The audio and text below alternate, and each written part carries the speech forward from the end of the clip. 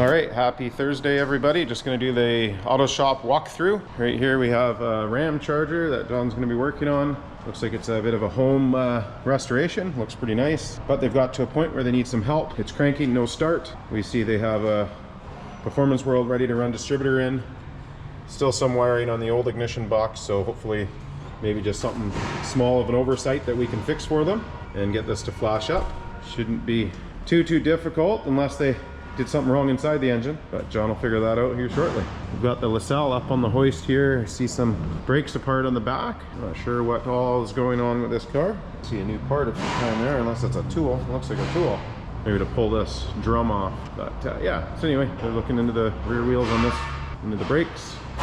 Down in the body shop, they have the radiator for this to paint up. We got John's Barracuda in. It has a heater core problem, and I've had the heater core on my screen the other day, and I thought I ordered it, but all I did was transfer it to our program and didn't order it. So John's got it apart this morning and now waiting for the heater core that has to, I guess, come from Kelowna. So I failed on that one, but the weather's not the greatest anyway for a convertible with a 392, so not the big deal. Astrovan was in for a big grocery list of suspension parts. I'm not sure where we're at with it now. I think probably just waiting on some more parts. One of our fleet customers, an electrician, he uses these vans, so he just added this one to his fleet.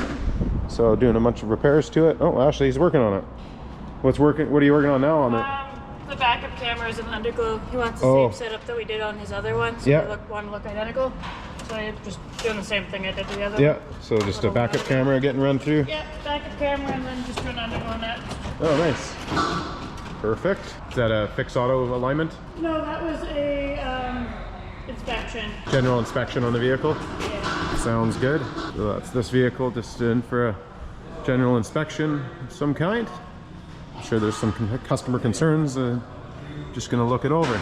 So Jim and Ashley will go over that when Jim has some time. I haven't got an update on the radiator, but I will ask Jim about that today.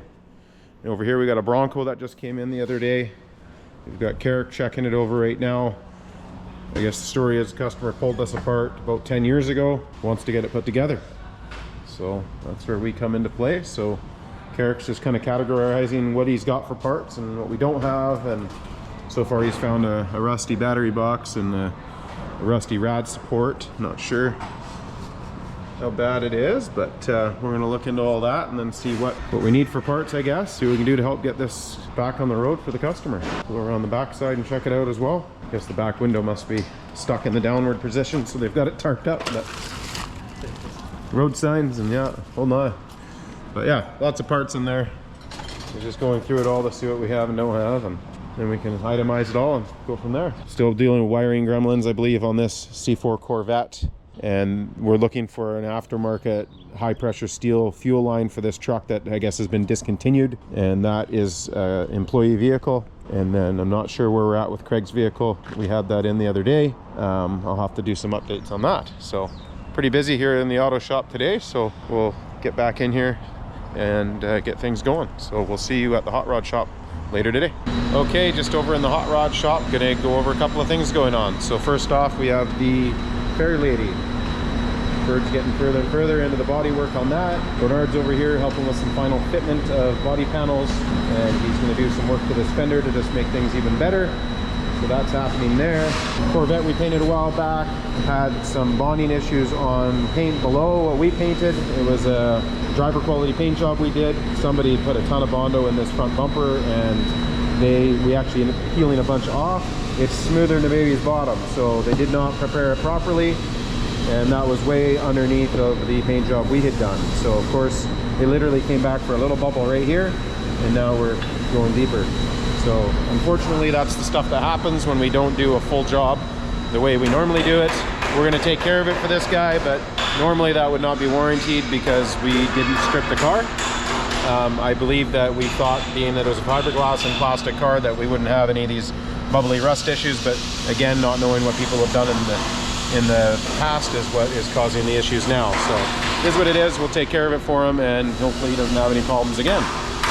In the paint booth, we have the radiator for the car over in the automotive shop, just getting painted up, and that's about it over here in the body shop. So let's take a look over in the fab and assembly upholstery side. Here's that same Corvette, working on a couple of mechanical concerns underneath of it.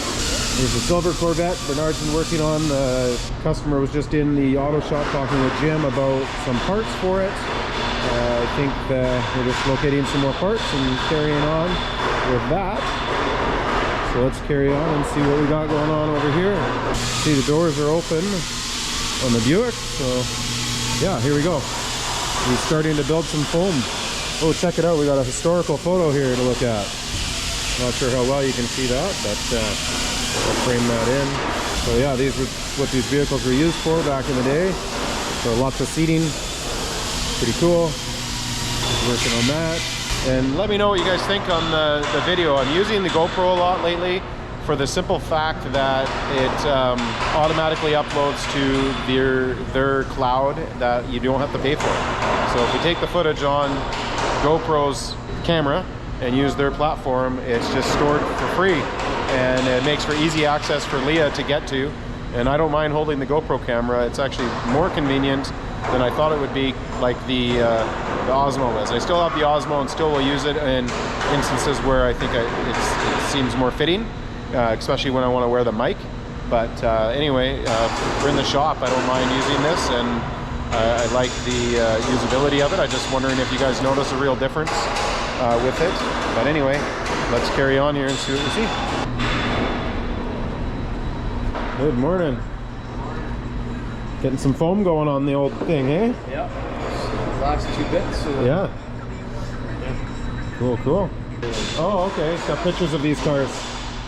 Oh, yeah. That's cool. Is that the style he wants? Is what kind of was on there? Yeah. Do we have the material for it here too? Yeah, like 10 hides. Oh, really? All rolled up in those boxes up there. Yeah. Oh, okay. Perfect. So you're just getting her together. Nice. Looking good. These things have lasted many years, eh? Is this a 30? It's a 32 or 30? 30, I think. 30, so it's 4 years from being 100 years old? Yeah. Wow. Probably 100-year-old wood then at this point. Yep. By the time it was milled and brought into a car production. It's, well, and then how old is the tree to even... right? So it's probably like a 200-year-old piece of wood from when it was a baby. That's crazy. Crazy how long it lasts when it's quality stuff. No kidding, yeah. That's unreal. Awesome, looking good. Let's see what's happening with the Lincoln here. Morning, look at that. Yeah, got her tacked in place. Yeah, that's awesome. That's looking good. Perfect. Yeah, so on camera here, anyway. So we needed 5 more inches. Is that what it worked out to? 5 inches? 5 and 7/8. 5 and 7/8. So we needed 5 and 7/8 inches. So what we came up with after deliberating a lot on which way to go, like we were gonna just move the axle and make longer arms, but then we'd have to move this mount and this mount. And we thought that wouldn't matter because we're probably gonna end up chopping this frame off at a certain point back here anyway to match it into the trunk. So from here back is just all superficial really, other than holding the body. But looking at it closer, we came up with the idea to kind of tie it together like they did in the front by adding that 5 and 7/8 here, but going longer and Frenching it into the frame rail just like they do in the front to tie it together to give it more of a originally made that way look. And then here we're just buttoning it together, but when he's done, he's left enough gap and bevel that we can finish that flush, and you'd never know that it's been extended by the time it's all bodywork and painted. So yeah, that's what's happening there. So he's just braced everything up nice and strong so nothing can move, getting her put back together, and it'll be the right length here anytime. So yeah, and even if we bought a chassis, like we'd have to go through hours and hours of measuring, and then you get it here and you put it over the body over it, and you'd probably regret an inch or a half inch here or there. So having to make this the exact length we want now isn't really a setback in my mind. We've been able to center things exactly how we want it with a big tire and wheel package now, where if we would have measured this all out or scanned it and had a chassis made, who knows how it would have looked once it was in there, just by hypothetically thinking that you want it centered in the wheel well here or centered in the wheel well there. So I do like the way we're able to play around with it and get it exactly where we feel it fits best on the car. So there it is, coming close. And then over here on the 34, they had the trunk lid on it, so I'll get Leah to pop up some videos that Carrick took.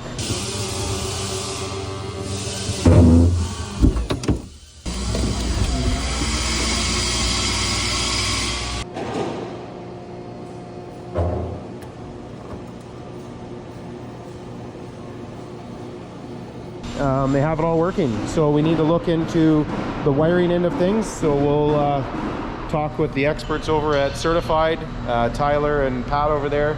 They did all the wiring on this car with one of their old employees, Adam, so they know a lot more about the wiring in this car than we do, and the technical end of wiring. We've got it all together and working. We're not using the full length of these actuators, so we need to limit the electronic part of it within the way that it's being run. So yeah, I got to talk to them about that today, so we can decide if we have to put in limit switches or if they can do load limits. And when it comes to the electronics end of things, that's not my expertise. Hopefully there's a way that we can wire this with the S-Pod system they have already, to run it off the amp, or sorry, off of the iPads and the S-Pod, and also have it do a limit or a timed amount that it opens and closes. I'm not sure. I know it's all possible, it's just how hard is it to do something like that. So we do have those videos up, that opening and closing. It opens and closes at a pretty good speed, which is nice. You don't want it to be super slow, so we're happy with that, and just have to move forward. The hinges are now into paint, so the next time they go in, they're going to be on for good. Speaking of that, we wanted to paint the bodies of these as well, so I'm going to get those over to the paint shop, and they can then paint those as well. So that's pretty much it over here in the hot rod shop this morning. We'll carry on and see what else we get on film for you. All right, been a couple of days without the typical cameras mounted. I've been stuck in the white Chevy shop truck. But anyway, we're back in the Bronco. Ashley's got the lift in. I got the 37s on with the new wheels. Got the heavy duty tire carrier on the back that changes out the whole hinges and stiffens everything up. Got that mounted. So we're back in the Bronco, see how it drives. I'll have to check to see how far out the speedo is. We only went 35 to 37, so only like an inch taller really each way. So I don't know the circumference, how much that changes, but I'll throw up the app and see how far out we are. Seems to drive pretty good though. So far I can definitely tell these tires are a heavier tire. I went with the Nitto, the exact same tires that are on my 450. And I think they're the Terra Grapplers, Ridge Grapplers or Terra Grapplers, I can't remember now, to be honest. But running a bit late for the Thursday night car meet at Cal Tire. It's already 7:30, so we're gonna rip over there and see if anybody's still around. Guys usually are out of there around 7 to 8 o'clock, so I don't know if there's any other later arrivals like myself, we'll see. But yeah, gotta get the...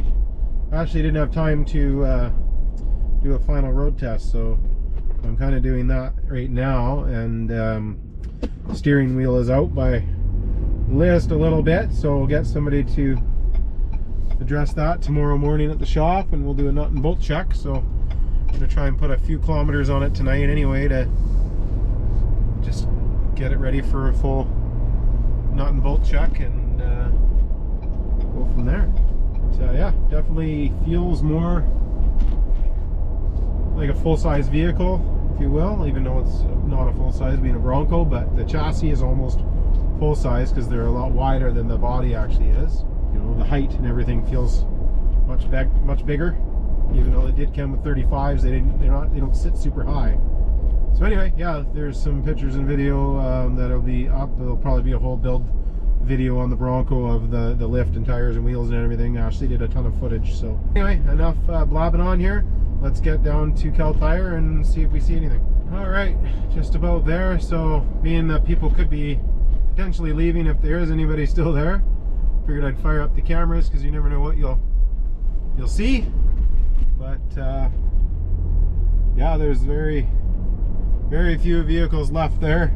I'll pull in, see if I see anybody I know, but I definitely missed the boat tonight, being at the shop too late.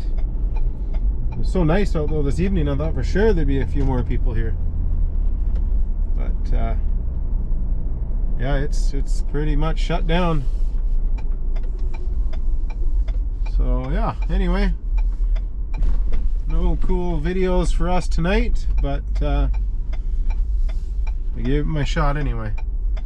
Anyway, we will see you tomorrow. Good morning, happy Friday. Just down at the hot rod shop to start the day off. I had video, I think yesterday, of trunk opening and closing on the coupe here. In the videos, once it was in, we noticed that the rear mount point needs to be lifted because we were going past the 0 point on the actuators, where it was flipping up. So we just need to raise the mounts a little bit and get that back together. The paint shop has the hinges all painted, so we'll be able to move those mounts up, put the trunk lid on, and then the trunk lid can stay on at that point. And then we'll tack these bars back in, and then once we get the exact perfect amount of close on the actuators, then we'll finish that back off. So we should have the trunk lid back on later today, and kind of put this to bed on the mechanical end of it anyway. And yeah, so that's about it on the 34 right now. Just waiting for the intake and stuff to come back. And then over here we got the Lincoln. We threw some roller wheels on it because we're gonna have to open up the wheel tubs some more on the inside for the big wheels to fit. Again, the wheels that we had on here, which are stacked up, aren't gonna be the final wheel. They're probably gonna be a rim a couple inches bigger, but I'm thinking about an overall size of the rear wheel. So, but for now, to get the chassis in place, we threw on these roller wheels, which allowed us to get the chassis and body together a lot closer to what we want. So right now the chassis is sitting at ride height, and it's about 2 inches off the ground, but the lip of the body is about 3 or 4 inches off the ground.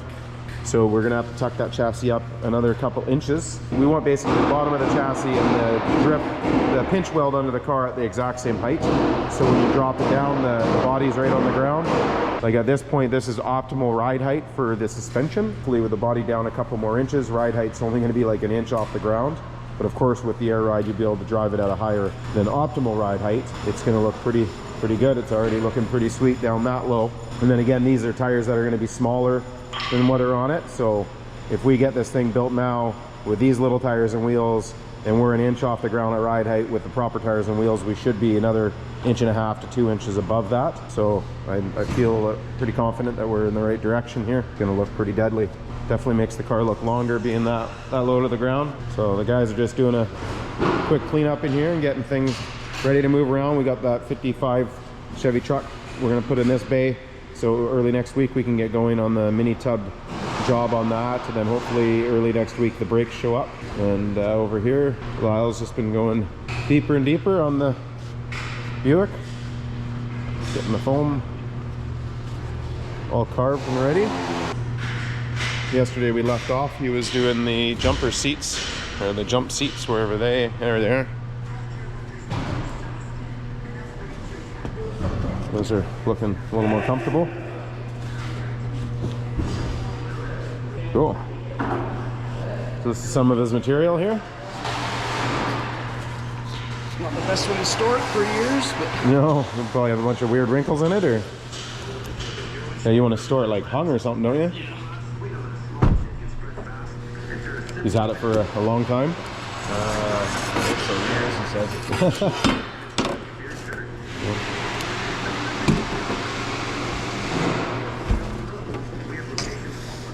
Feels very vinyl-y. Yeah, it's a little bit on the crispy side. Yeah, I guess maybe the inside of the roll might be a little softer. He's got a bunch of it, doesn't he? Yeah, like 8 or 9 hides. Oh, really? Jeez. I guess everything just gets wrapped in leather on this, that's why. Wow, that looks like a pretty big hide too, right? It's good too, because you don't want to have to try and get something that kind of matched 10, 15 years later or whatever it's been. I tried to even find a vinyl that matched, it was nothing. Nothing, yeah. With that exact tone. Yeah. It's almost like the color we needed for the dock car, isn't it? Close? Or what was the dock car? Was it more brown? I can't remember what we ordered. Looking for the lighter insert. Oh, insert color, yeah. Well, everything's looking good over here. The C10, we're just waiting for instrument cluster part. And then we can throw the dash pad back on it. Then it needs a wheel alignment, and then the customer's going to take it and do some body work and stuff to it himself. So yeah, just waiting on I think a speedometer or something that's on its way. Hopefully it's coming in today is what we were told, and then the dash pad can go on, and then this truck can get over to the auto shopping, get the wheel alignment done. Bernard's working on the Fair Lady, so he's not on this car today. And we're doing some final touch-ups on the 60 Ford.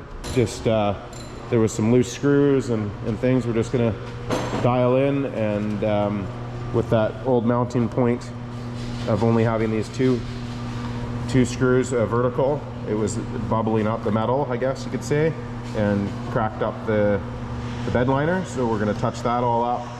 It's all kind of covered now by the new part, but we still want it to be proper underneath and sealed up. So Ferd's going to clean that up today. Just little things. So I don't know if I've ever really showed inside this truck and talked about it much, but it's a 12 valve Cummins. We've put like a 2010-ish era chassis under this thing with all the modern axles and independent suspension, and of course body and paint. These are like as far as I know, military and Air Force type only coach built. They never came out of the factory crew cab. There's not many around. Got some like F-150 seats out of like I think like an 05 and up that had some cat skins on them. I think he got them from a wrecker kind of like this already, so we got those in here. And yeah, very clean truck. We put Dakota Digital in it recently, and just recently had the headliner done here. We had it done at somebody else's shop we were working with for a while, and it just was falling apart. Lyle redone it here, looking pretty good. So yeah, hoping to get this home to the customer real quick here. But yeah, we just little things like this always happening, little screws falling loose, and these speaker grills always falling off. Like this one's not even clicked in all the way right now, so I'm not sure what to do with stuff like this. Like I said, maybe a marine speaker or something would be better. I think I mentioned that in a video before. So yeah, anyway, it's coming along. Beautiful truck. That's pretty much it here down at the Hot Rod Shop for Friday. All right, good morning everybody. Happy Saturday, the 31st of May. Just heading out. It's already just afternoon. Chandel's Bronco sure looks really good with my old wheels on it, being that she's pretty much blacked right out now. It's amazing how much the black rings make all that difference. Same tires, same rim, same everything, just that black ring with her tinted windows. And anyway, and she's got my old side steps with the running boards as well. So anyway, looks pretty cool. Not as cool as mine, of course, with all the other stuff I've done to it, but the all black is pretty sweet. Anyway, just heading to go look at a guy I know's uncle's, I think he said 57 Chevy. His uncle's 80 years old, and you know, time is running out to get these projects done, I guess. So he's talked his uncle into having me come over and take a look. Just up here on Promontory somewhere, on the other side of Promontory from where we are. So yeah, just gonna head over, take a look. Probably won't be doing any filming, but check everything out and go from there. And then after that, I need to head downtown to do some shopping. We are going to a Rotary Club. They call it a gala tonight. It's their lobster dinner they do every year. It's a good business event to get out and hang out with other businesses and talk business. And we've donated a Stones Finish detail for the silent auction, and I love silent auctions, so I'll try not to spend too much money. Yeah, so it's a black and white event, so I need to find some black pants and either a black or white shirt. I'll probably try and do a white shirt and black pants. We'll see what comes up. So I don't want to go the other way around, of course. But yeah, everything I have is too big. I was surprised because I'm pretty much the same weight as I was for Leah's wedding last August, but my body's changed quite a bit. The dress shirt I have from last August is way too big, so and I don't want to wear the dress pants that I wore to the wedding to this event, so basically I need to buy a shirt and pants. So I will be heading to probably Mark's work warehouse to start with, and hopefully I can get stuff there. So that'll be tonight. So we have that party tonight, but other than that, not going to be up to much for content for Saturday this weekend. But Leah's been fighting to keep up with all the content I got from the last couple of weekends, so I don't think a slow weekend will hurt the content load any at all here. So, and who knows what we'll get up to tomorrow yet. Maybe some off-roading, maybe nothing, I don't know yet. Yeah, we'll see. So anyway, just gonna head to this guy's place, check out this car, and then we'll see you after that. I'll jump on and we'll talk about what I see. All right, man, the weather's just getting uglier and uglier. So yeah, checked out the car. It's a 57 Chevy. Pretty cool. He's put C4 suspension front and rear in it. He's got an 04 GTO 57 LS in it with the 4L60E. He's 82 years old. He's pretty much got the car ready to run with the factory ECM and BCM and all the factory stuff, but he has got massive wires everywhere to deal with. And he had mentioned that he was ready to tear it out at one point and just go with like a Holley system, and I said, yeah, you're probably best to go that route. So yeah, we talked about some hours it might take to put the car together and finish it. He does have the driveline is completely done. It's engine, transmission, drive shaft, four-wheel independent suspension, all that stuff. Couple things we'd have to go backwards on is he has the GTO column in it. He modified the dash a little bit for a GTO cluster and stuff like that, but we would just go the kind of cookie cutter stuff. We'd get Dakota Digital, we'd get American Auto Wire, we'd get a I Did It steering column, and then the Holley Terminator X Max, and jam all that in there and get it going. He has all the parts and pieces. The car's already been painted. So yeah, pretty cool project, and he's just getting long in the tooth and wants to drive the car. He grabbed the tape measure and he showed me this trick his buddy told him. He says he pulled it out, he's like, I'm 82, and he's like, I got to about 95, and he puts his finger there, he's like, I got that much left. So, and you know, it's and that makes sense, you know, no matter how healthy you are, you know, all that, what is your, you know, if you live your whole life, what is your whole life? Not many people are out ripping around 57 Chevys with Corvette suspension at 95 years old. So, you know, if he does get to that, great, but, you know, the odds are, you know, he's probably going to be able to drive this car a few years, and then that's it. So yeah, hopefully he pries his wallet open and decides to let someone else work on his car, and we'll get it down to the shop right away, and hopefully get this dream finalized for him. So yeah, that's about it for the car stuff today. Just going to head down and town here and look for some clothing for tonight's event, and yeah, we'll see you soon.